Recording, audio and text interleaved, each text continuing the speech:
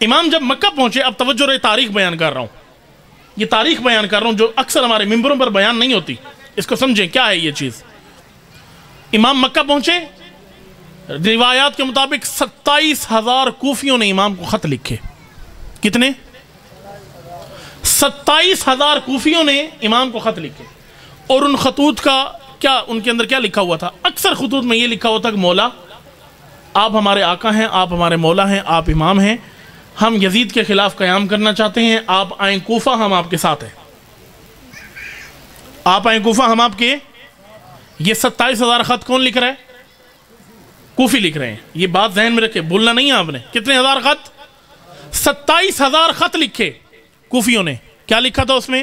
مولا آپ ہمارے امام ہیں، رسول اللہ کے جانشین ہیں، آپ امام ہیں، حجت خدا ہیں، اس دور کے معصوم ہیں، ہم آپ کو امام مانتے ہوئے آپ کی اقتداء میں یزید جیسے ظالم اور فاسق کے خلاف قیام کرنا چاہتے ہیں۔ آپ کہاں آئیں؟ کوفہ آئیں، ہم آپ کی مدد کو تیار ہیں۔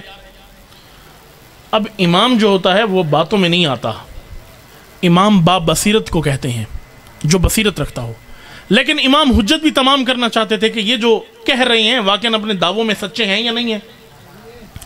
امام نے مکہ میں، جب امام مکہ میں تھے، مدینہ سے مکہ آ گئے تھے، مکہ میں حضرت مسلم ابن عقیل کو تیار کیا۔ اے مسلم، انی موجہک الی اہل الکوفہ، اے مسلم میں تمہیں کوفہ کی طرف بھیج رہا ہوں، مجھے 27,000 خط لکھے گئے ہیں اور کہا کہ حسین آئیں، ہم آپ کی مدد و نصرت کے لیے تیار ہیں۔ اے مسلم آپ جائیں ذرا کوفہ جا کر جائزہ لیں، کیا واقعاً لوگ میری مدد و نصرت کے لیے تیار ہیں بھی یا نہیں؟ جائیں ذرا جا کر دیکھیں۔ یہ حضرت مسلم کو بھیجنا بنتا تھا یا نہیں بنتا تھا؟ یہ امام کا اقدام درست تھا نا؟ امام جائزہ لے رہے تھے کہ یہ جو لوگ کہہ رہے ہیں کہ امام آپ آ جائیں، ہم آپ کی مدد کریں گے، نصرت کریں گے، واقعاً اپنے دعووں میں سچے ہیں یا نہیں ہیں؟ کیا واقعاً یہ سچ بول رہے ہیں؟ حضرت مسلم کو روانہ کیا خط دے کر کہ کوفیوں کے پاس جاؤ، اور یاد رکھو کوفہ میں جا کر تم نے صرف میرا خط نہیں دینا، لوگوں کو میری حمایت میں آمادہ بھی کرنا ہے، لوگوں کو بنو امیہ اور یزید سے دور بھی کرنا ہے، لوگوں کو میرے قریب کرنا اور بنو امیہ اور یزید سے دور کرنا۔ توجہ میری طرف رہے، یہ دو کام کرنے ہیں مسلم تم نے کوفہ میں جا کر۔ مسلم آگے کوفہ، بعض روایات میں ہے کہ ہانی بن عروہ کے گھر رکے، بعض روایات میں مختار ثقفی کے گھر رکے، اور بعض روایات میں اور بھی کچھ نام بتائے گئے ہیں کہ حضرت مسلم جب کوفہ پہنچے تو فلاں شخصیت کے گھر میں رکے۔ جب حضرت مسلم کوفہ پہنچے تو حضرت مسلم نے وہ خط پڑھ کر چند لوگوں کو سنایا، جن کا امام نے کہا ہوا تھا کہ جاتے ہی پہلے سب کو نہیں سنانا خط، چند افراد مخصوص پہلے جا کر خط ان کو سنانا، میرا پہلے پیغام ان کو دینا۔ جب پیغام دیا سرکردہ افراد کو حضرت مسلم نے، تو ان لوگوں نے کہا کہ بالکل ہم امام کی آواز پر لبیک کہتے ہیں، ان کا ساتھ دینے کے لیے تیار ہیں۔ توجہ ہے نا آپ سب کی؟ تھوڑا سا پانی مجھے لا دیں، پانی۔ بارے دیگر صلوات پڑھیں محمد و آل محمد کی ذات پر، اللہم صلی علی محمد و آل محمد۔ حضرت مسلم نے چند سرکردہ افراد کو خط دکھایا، پڑھایا، انہوں نے کہا کہ بالکل ہم لبیک کہتے ہیں ان کی آواز پر، اور امام کو بولیں کہ وہ آ جائیں۔ حضرت مسلم نے اب بھی امام حسین کو خط نہیں لکھا کہ مولا آپ آ جائیں۔ توجہ میری طرف رہے آپ کی۔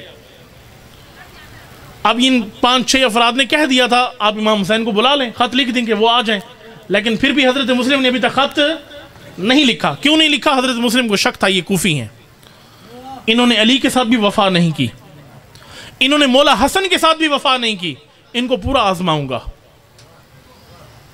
حضرت مسلم نے عوام میں جا کر خطاب کیا، اور ایسا خطاب کیا کہ 19,000 جنگجو حضرت مسلم کی فوج بن کر شامل ہو گئے۔ کتنے؟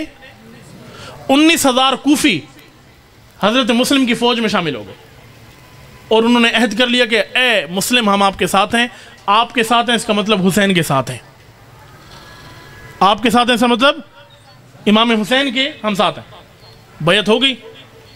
اتنے میں عبید اللہ ابن زیاد کوفہ پہنچا، یہ لعین کوفہ پہنچا، اور اس نے اپنا حلیہ بنایا ہوا تھا امام حسین والا، لباس بنی ہاشم جو پہنتے تھے وہی لباس اس نے پہنا ہوا تھا، اور منہ اس نے ڈھانپا ہوا تھا۔ اس وقت کوفہ کا حکمران تھا نعمان بن بشیر، یہ نام یاد رکھیں، تاریخ کے ہیں۔ نعمان بن بشیر اس وقت کوفہ کا حکمران تھا۔ جب اس کو پتہ چلا نعمان بن بشیر کو کہ مسلم نے 19,000 جوان اکٹھے کر لیے ہیں، یہ نعمان بن بشیر یزید کا گورنر تھا کوفہ میں. اب اس نے حضرت مسلم کے گرد گھیرا تنگ کرنا شروع کیا, فوجی بھیجے کہ یہ جو حضرت مسلم نے 19,000 لوگوں کو اکٹھا کر لیا ہے, حضرت مسلم کو ان سے جدا کرو یا قتل کر دو یا کوفے سے باہر نکالو ان کو. یہ تو کام خراب ہو گیا, 19,000 لوگ مسلم کے ساتھ شامل ہو گئے, یعنی امام حسین کے ساتھ شامل ہو گئے, یہ تو ہماری کوفہ کی حکومت گرا دیں گے. اب کیا ہوگا؟ عبید اللہ ابن زیاد یا سازش کی, اور یہ جو 19,000 جوان آئے ہوئے تھے ان کی عورتوں کو بلایا. توجہ کریں, عورت جب برا کردار اپناتی ہے تو کیا کرتی ہے؟ اللہ نہ کرے, الیاذ باللہ, برایا ان عورتوں کو کہا کہ تمہارے بچوں کو قتل کر دیں گے, مسلم سے جتنے تمہارے فوجی, تمہارے بھائی بیٹے جوان, تمہارے شوہر جتنے مسلم کے ساتھ شریک ہیں ان سب کو واپس بلاؤ گھروں میں, ان کو کہو مسلم کا ساتھ نہ دیں, اور اگر تم نے ہماری بات مان لی تو تمہیں سونے اور جواہرات سے ہم تول دیں گے. اور عورتوں کو تو ظاہر محبت ہوتی ہے زیورات سے اور ان چیزوں سے. یہ عورتیں بھاگ کر گئیں حضرت مسلم کے اس لشکر میں, اور اپنے اپنے بھائیوں کو, بیٹوں کو, شوہروں کو پکڑ کے, کپڑوں سے پکڑ کے, گریبانوں سے پکڑ کے گھروں میں لے گئیں. 19,000 کا لشکر تھا. کتنے ہزار کا؟ 19,000 کا. حضرت مسلم ابن عقیل نے نماز ظہرین پڑھائی. جیسے ہی نماز ظہرین ختم ہوئی, راوی کہتا ہے میں نے پیچھے دیکھا 10,000 افراد بچ گئے تھے, 9,000 بھاگ گئے. 9,000 مسلم کو چھوڑ کر, وعدہ کر کے بھاگ گئے, خط لکھ کر حسین کو بھاگ گئے. مغرب تک یہ 10,000 لوگ رہے. جیسے ہی حضرت مسلم نے مغرب کی نماز پڑھائی, اب ان کو لالچ بھی تھی کہ پیسے مل رہے ہیں, اگر حضرت مسلم کو چھوڑ دیں تو مال و دولت ملے گا, اور نہیں چھوڑیں گے تو سارے کے سارے مارے جائیں گے, ہمارے بچوں کو مار دیا جائے گا. حضرت مسلم نے جب مغرب کی نماز ختم کی, پیچھے آدھے سے زیادہ افراد چلے گئے تھے. 5,000 6,000 افراد, 7,000 اٹھ کر چلے گئے. اور جب عشاء ختم کی, تاریخ کہتی ہے 60 افراد کے علاوہ پیچھے اور کوئی نہیں تھا. کتنے افراد؟ کہاں 19,000, کہاں 60 بندے. مغرب کی نماز ختم ہوئی اور 60 بندے پیچھے رہ گئے. توجہ میری طرف رہی آپ سب کی, 60 بندے پیچھے رہ گئے. حضرت مسلم نے ان کو کہا تم اگر جانا چاہتے ہو تو چلے جاؤ, تم جانا چاہتے ہو تو چلے جاؤ. کہا نہیں نہیں ہم آپ کے ساتھ ہیں. باتیں کرتے رہے. حضرت مسلم گلی کی طرف چلنا شروع کیا, اور تھوڑی دیر بعد جب پیچھے مڑ کر دیکھا کوئی بھی پیچھے نہیں تھا. وہ مسلم جس کو حسین نے سفیر بنا کر بھیجا تھا, 19,000 کوفیوں کو اکٹھا کر لیا. اور یہ کوفی تھے نا جن کے بارے میں محاورہ مشہور ہے, الکوفی لا یوفی, کوفی کبھی وفا نہیں کرتے. کوفہ والے وفا نہیں کرتے. انہوں نے امیر المومنین کے ساتھ بھی ایسا ہی کیا. اب مسلم اکیلے رہ گئے, تنہا,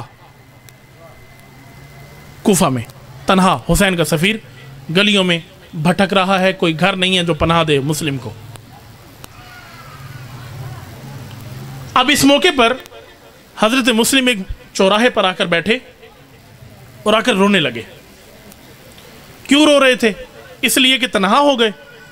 نہ, اس لیے رو رہے تھے کہ میں نے تو اپنے مولا امام حسن کو, امام حسین کو خط لکھ بھیجا ہے کہ مولا کوفی آپ کے حمایتی یہاں آ جائیے, اور کوفیوں نے وفا توڑ دی ہے.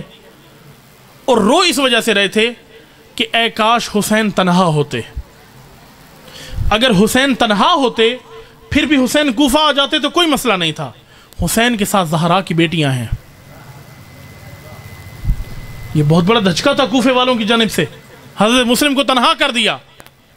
اب دیکھیں حضرت امام حسین نے مسلم کو بھیجا, جاؤ جا کر آمادہ کرو لوگوں کو, لوگ میرے ساتھ ہیں یا نہیں ہیں. یہ کون لوگ تھے؟ جنہوں نے انہی کو, یہ جو 19,000 لوگ آئے تھے, انہوں نے امام حسین علیہ السلام کو خط لکھے تھے کہ مولا آپ کوفہ آئیں. انہوں نے خط لکھے تھے, اور تو کوئی نہیں تھا. انہوں نے خط لکھے اور بعد میں بے وفائی کر گئے. اور یوم عاشور, عصر عاشور, یہی لوگ جو حضرت مسلم کی بیعت توڑ چکے تھے یزید کے لشکر میں سامنے کھڑے تھے, یزیدی بن چکے تھے. ایسے کردار بھی تھے اس زمانے میں. تاریخ کو پڑھیں.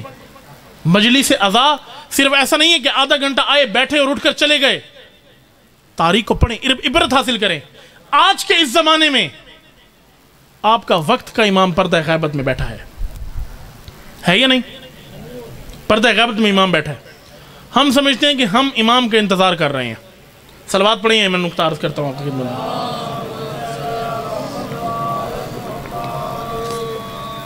بار دیگر صلوات.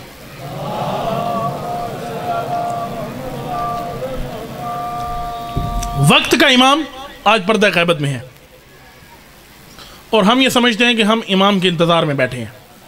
ایسا ہے یا نہیں ہے؟ آپ سب امام کے منتظر ہیں یا نہیں ہے نا؟ ہر نماز کے بعد دعا مانگتے ہیں، اللہم اجل فرجہ. امام کی آنے کی، امام کے ظہور کی ہر وقت دعا مانگتے ہیں. آپ ہر نماز کے بعد دعا مانگتے ہیں، مولا ظہور کیجئے، ہم تیار ہیں. ہم یہ سمجھتے ہیں ہم مولا کا انتظار کر رہے ہیں. یہ میں سمجھتا ہوں اپنی مجلس کا خلاصہ بیان کر رہا ہوں آپ کے سامنے. بہت اہم نکتہ ہے، سب کی توجہ آخر تک مجھے چاہیے. ہم یہ سمجھتے ہیں کہ ہم امام کا انتظار کر رہے ہیں، جو غلط ہے. ہم امام کا انتظار نہیں کر رہے، امام ہمارا انتظار کر رہے ہیں. یہ جملہ یاد رکھیں، جوان یاد رکھیں. ہم امام کا انتظار نہیں کر رہے، امام ہمارا انتظار کر رہے ہیں کہ کب یہ عصر حاضر کی امت، یہ جوان، یہ شیعہ جوان، یہ خوبرو جوان، یہ میرے شیعہ، یہ مومن کب تیار ہوں اور کب میں پردہ غیبت سے باہر آ کر ظہور کروں. لبیک یا مہدی، لبیک یا مہدی. سب مل کر لگے، لبیک یا مہدی، لبیک یا مہدی. آج کون انتظار کر رہا ہے ہمارا؟ امام زمانہ انتظار کر رہے ہیں. 1200 سال سے وہ پردہ غیبت میں ہے، اور اپنی امت کے، اپنے شیعوں جوانوں کے اعمال دیکھ کر خون کے آنسو روتا ہے. روایت میں ہے کہ جب ہر شب جمعہ مومن جوانوں کے اعمال امام زمانہ کی خدمت میں پیش ہوتے ہیں، امام اپنے جوانوں کے اعمال دیکھ کر خون کے آنسو روتے ہیں. یہ شیعہ جوان یہ نماز میں آ کر میرے ظہور کی تعجیل کی دعا بھی کرتا ہے، اور باہر نکل کر یہ کام کر رہا ہے، یہ کام کر رہا ہے، یہ کام کر رہا ہے، یہ کام کر رہا ہے. یہ کیسے میرا منتظر ہے؟ اس نے کیا اپنے آپ کو تیار کیا ہے؟ اس نے کیا اپنے معاشرے کو تیار کیا ہے؟ کتنا بڑا دکھ ہے. کبھی 24 گھنٹے میں ایک دفعہ بھی اپنے امام کے بارے میں سوچا ہے کہ وہ پردہ غیبت میں 1200 سال سے آپ کے انتظار میں بیٹھا ہے؟ کبھی سوچا ہے؟ نہیں سوچتے. یہ مجلس امام زمانہ کا سپاہی پیدا کرنے کی مجلس ہے. جب اس مجلس سے مومن جوان اٹھے تو یہ نیت کر کے اٹھے کہ اے پروردگار، میں امام زمانہ کے اس لشکر کا سپاہی مجھے تو بنا دے، اور مجھے وہیں راہ بھی اختیار کرنے کی توفیق عطا فرما. یہ دعا کرے مجلس سے، اور جب مجلس سے اٹھے امام زمانہ کا سپاہی بن کر اٹھے. امام حسین علیہ السلام سے روایت ہے، یہ حدیث کس سے پڑھ رہا ہوں؟ امام حسین سے. امام حسین فرماتے ہیں اے کاش میں آخر الزمان یعنی مہدی کے سپاہیوں میں سے ایک سپاہی ہوتا. اے کاش میں مہدی کے سپاہیوں میں سے ایک سپاہی ہوتا. آئمہ کی روایات پڑھ رہا ہوں. اتنی بڑی حسرت کی آئمہ نے. اس کا مطلب ہے کہ جو امام زمانہ کا سپاہی ہوگا وہ کی عام ہستی، وہ عام شخصیت نہیں ہوگا. اپنے آپ کو تیار کریں، راہ حسین ابن علی کے لیے تیار کریں. جب امام زمانہ آئیں گے کیا کریں گے؟ عدل اور انصاف کی حکومت کا قیام کریں گے. وہ عدل و انصاف کس کے ذریعے ہوگا؟ مومنین کے ذریعے ہوگا، جوانوں کے ذریعے ہوگا، جو امام زمانہ کے لیے اپنے آپ کو تیار کر رہے ہیں. سوچیں، اپنے اعمال کو دیکھیں، اپنے گریبانوں میں جھانک کر دیکھیں کتنی تیاری کی ہے امام زمانہ کے لیے، کتنا اپنے آپ کو تیار کیا ہے امام زمانہ کے لیے. وہ جو 1200 سال میں پردہ غیبت میں بیٹھا ہوا ہے، آپ کا وقت کا امام، آپ کا 12واں امام، آپ کا امام، وہ آپ کا امام ہے. امام زمانہ سے روایت ہے، اور یہی روایت امام صادق سے بھی ہے، ہمارے شیعوں کو جا کر کہہ دو کہ اگر ہم تمہاری پشت پر نہ ہوتے دشمن تمہاری جڑیں اکھاڑ دیتا. دشمن تمہاری جڑیں اکھاڑ دیتا. امام زمانہ اپنے شیعوں کے لیے دعا کرتے ہیں، اے پروردگار ان کو کامیابی عطا فرما. جب مشکل میں پھنس جاؤ امام زمانہ کو وسیلہ بناؤ، مولا حسین کو وسیلہ بناؤ. یہ ہے مجلس کا پیغام. ایسا نہیں کہ مجلس میں آئے چند فضائل سنے، مصائب سنے، اٹھ کر چلے گئے، کچھ حاصل نہیں کیا۔ امام زمانہ کو راضی کر کے اٹھو، اپنی شخصیت بنا کر اٹھو۔ وہ 1200 سال سے پردہ غیبت میں ہے، بہت قربانیاں ہیں اہل بیت کی، بہت عظمت ہے اہل بیت کی۔ آج 4 محرم ہے اور آپ روزانہ آتے ہیں، مجلس میں بیٹھتے ہیں، ذکر امام حسین میں بیٹھتے ہیں، جو عبادت ہے، افضل ترین عبادت ہے مجلس حسین میں شرکت کرنا۔ آئیں مجلس حسین میں آئیں، یہی مجلس تربیت گاہ ہے، یہی مجلس انسان ساز ہے، یہی مجلس کردار ساز ہے، یہی مجلس معاشرہ ساز ہے۔ معاشروں کو یہ مجلس تربیت دیتی ہے، بہت اہمیت ہے اس مجلس کا۔ محرم، اب میں آپ سے سوال کرتا ہوں، کتنے ایسے مومنین تھے جو پچھلے محرم میں زندہ تھے، اس محرم میں آپ کے درمیان نہیں ہیں، اس دنیا سے چلے گئے؟ زندگی کا پتہ ہے؟ کیا پتہ یہ محرم میں بیٹھے ہوں، اگلا محرم اللہ ہمارے نصیب نہ کرے۔ اے پروردگار، یہیں بیٹھ کر دعا کریں، اے پروردگار ہمیں اسی محرم میں امام زمانہ کا سپاہی بنا، اور اگر ہمیں توفیق نہ ملے تو ہمیں اگلا محرم ضرور نصیب فرما کہ اگلے محرم کو ہم ویسے منائیں جیسے حسین چاہتا ہے، ویسے منائیں محرم کو۔ محرم بہت بڑی عظمت رکھتا ہے، بہت اہمیت رکھتا ہے۔ محرم کو سمجھیں، اس کے فلسفے کو سمجھیں، امام حسین کے مقصد کو سمجھیں۔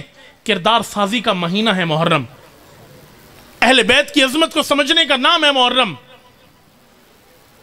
اپنے آپ کو بدلنے کا نام ہے محرم۔ جب انسان مجلس سے اٹھے تو پھر جب اٹھے تو حور بن کر اٹھے۔ حور کون تھا؟ ایک لمحے میں توبہ قبول ہو گئی، کوئی دیر نہیں لگی حور کو۔ حور جب امام حسین کے سامنے آئے اور آ کر معافی مانگی، حور کی توبہ اس سے پہلے قبول ہو چکی تھی۔ کیسے؟ جب حور نے یہ دل میں نیت کی کہ اب میں حسینی ہوں، اللہ نے بھی حور کو معاف کر دیا تھا۔ ایک دعا چاہیے، ایک خلوص چاہیے دل میں، یہیں بیٹھے ہوئے ایک نیت چاہیے، اللہ پچھلا سب کچھ معاف کر دے گا اور یہیں سے حور بنا کر اٹھائے گا۔ بس شرط یہ ہے کہ خود حور بننا چاہے، خود راہ حسین پر چلنا چاہے، خود امام حسین کو ماننا چاہے اور امام زمانہ کا سپاہی بننا چاہے۔ امام زمانہ اس محرم کی بہت عظمت بیان کرتے ہیں۔ امام زمانہ فرماتے ہیں زیارت ناہیہ میں، یہ جملے زیارت ناہیہ کے پڑھے کریں، اپنے گھروں کے اندر یہ کتاب رکھیں دعا کی، آج کل موبائل میں بھی موجود ہے، پڑھیں اس دعا کو، زیارت ناہیہ۔ امام زمانہ کہتے ہیں میرا سلام ہو اس 4 سال کی بچی پر جس کو اتنے تماچے لگے کہ رخساروں سے خون بہنے لگ گیا۔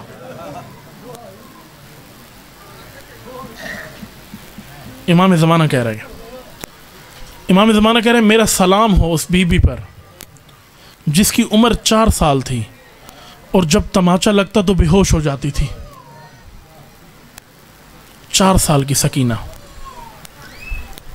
امام حسین نے اللہ سے دعا مانگی تھی، پروردگار مجھے ایک بیٹی عطا فرما، اس کا نام میں سکینہ رکھوں گا۔ اور امام حسین خود روایت کرتے ہیں کہ جب میں بہت پریشان ہوتا، مشکل میں ہوتا اور بہت اضطراب ہوتا اور مجھے سکون کی ضرورت ہوتی، میں سکینہ کو اپنے سینے پر سلاتا تھا۔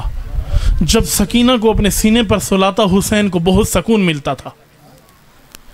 امام حسین اپنی بیٹی سے بہت محبت کرتے تھے، دعا مانگی تھی پروردگار سے، اے پروردگار مجھے بیٹی عطا فرما، نام اس کا سکینہ رکھوں گا۔ آپ سب بچوں والے ہیں، بیٹیوں والے ہیں، اللہ نہ کرے کسی والدین کے سامنے اس کی بچی کے منہ پر کوئی تماچا مار دے، اور اللہ نہ کرے کوئی بچی یتیم ہو جائے اور اس کی ماں کے سامنے اس کے منہ پر کوئی تماچا مار دے۔ بچی یتیم ہو جائے، باپ بھی نہ ہو، دیکھنے والا بھی کوئی بھی نہ ہو۔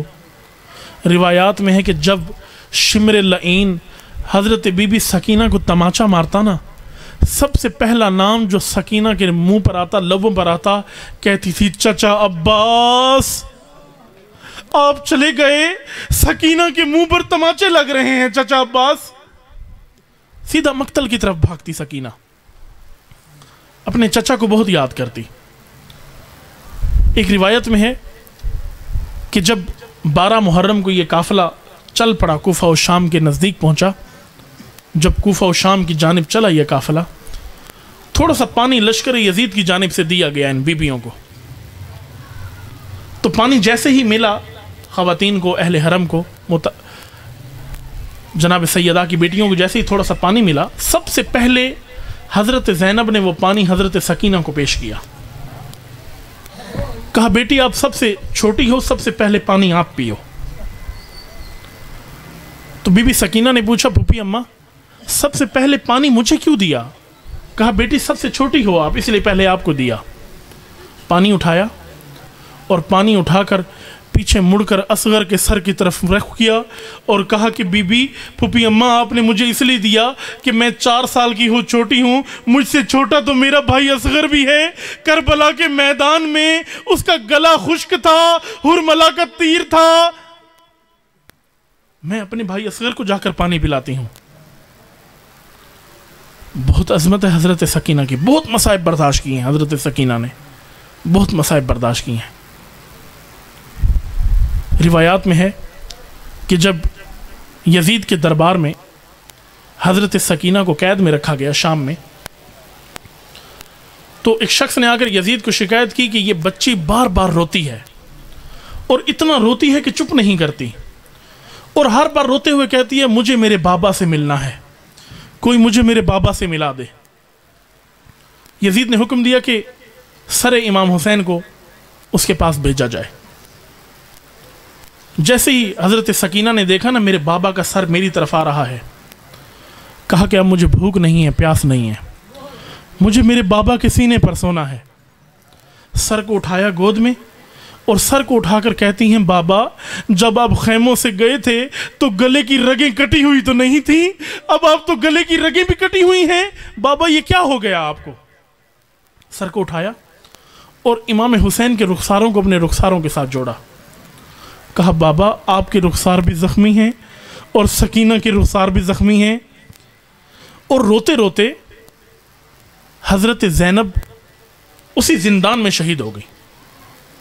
امام سجاد آئے اور آ کر بی بی کو جب اٹھایا تو بی بی کا ہاتھ امام مولا حسین کے سر کے بالوں میں تھا، بالوں میں ہاتھ تھا، جیسے بیٹی باپ سے محبت کرتی ہے، پیار کرتی ہے، بالوں میں ہاتھ تھا.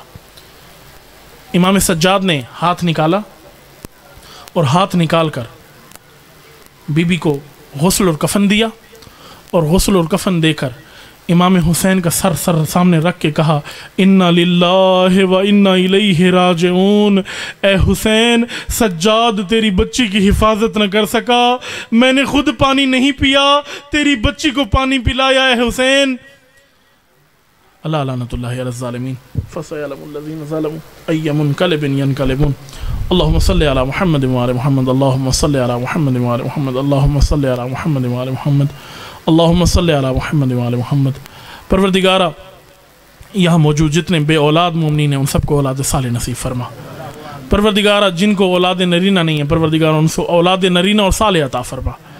پروردگارہ جن کی بیٹیاں نہیں ہیں ان کو بیٹیوں کی خواہش ہے. پروردگارہ حضرت سکینہ کا واسطہ ان کو بیٹیاں عطا فرما. پروردگارہ جو مومنین بے روزگار ہیں ان کو رزق حلال عطا فرما. سب کے گھروں میں خیر و برکت عطا فرما. سب کی عبادات کو اپنی بارگاہ میں قبول و منظور فرما.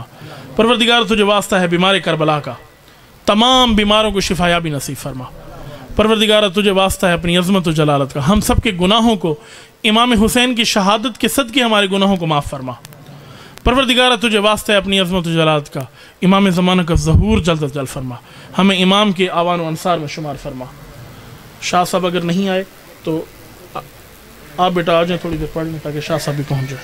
بارے دیگر صلوات اللہم صلی اللہ علیہ وسلم.